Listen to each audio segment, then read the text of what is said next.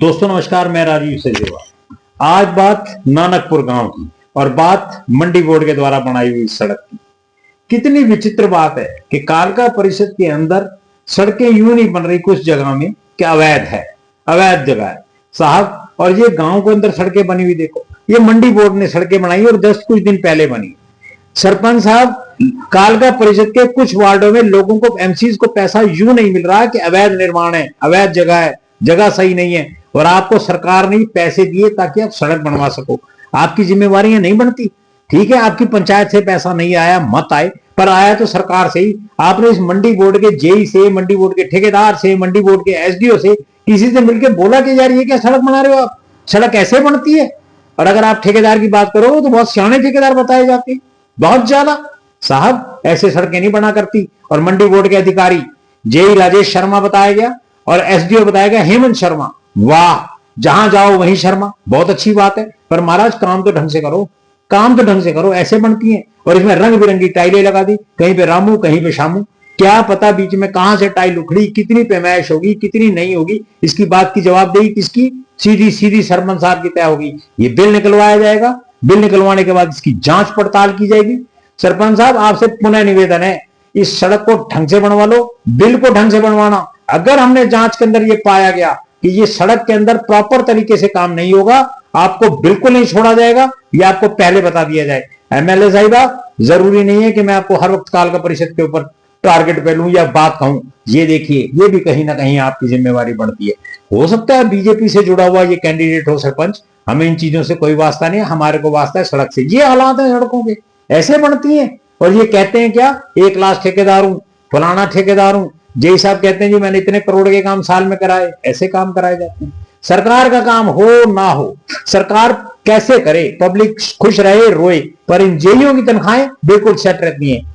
CM साहब, मेरा आपसे निवेदन है, अब एक इन जेईस के ऊपर एक बारी जो आपकी एंटी करप्शन ब्यूरो की टीम है ना, उनको बोलो, उनको बोलो कि एक बार इनको उठाएं और उनसे पूछें, इनको लाएं सड़क के ऊपर के भोलेनाथ सड़क ऐसे बनती है।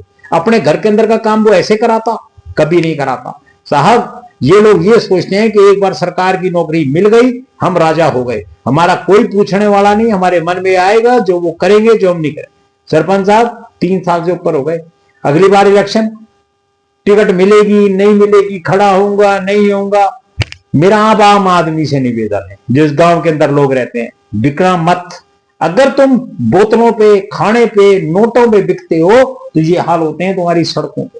एजुकेशन कहां है? और वो तुम्हारे गांव के अंदर तो सरकार ने इतना बढ़िया हॉस्पिटल बना के दे दिया, उसका फायदा उठवाओ। उसके साथ में जो सड़कें बन रही है उनको जाके चेक करो, वहां डॉक्टर नहीं है उसके लिए बोलो। आपके गांव की मैं किसी दिन आके वीडियो बनाऊंगा ना और फिर दिखाऊंगा सरपंच साहब के हालात क्या कर रखे हैं अपने गांव के।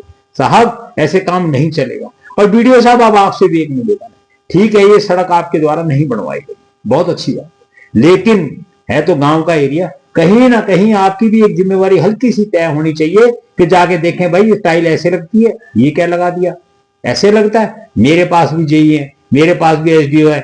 वीडियो साहब आप जाके कहो कि मैं अपने एसडीओ और अपने जेई से ये काम चेक करवा लूं, पता लग जाएगा उस ठेकेदार को।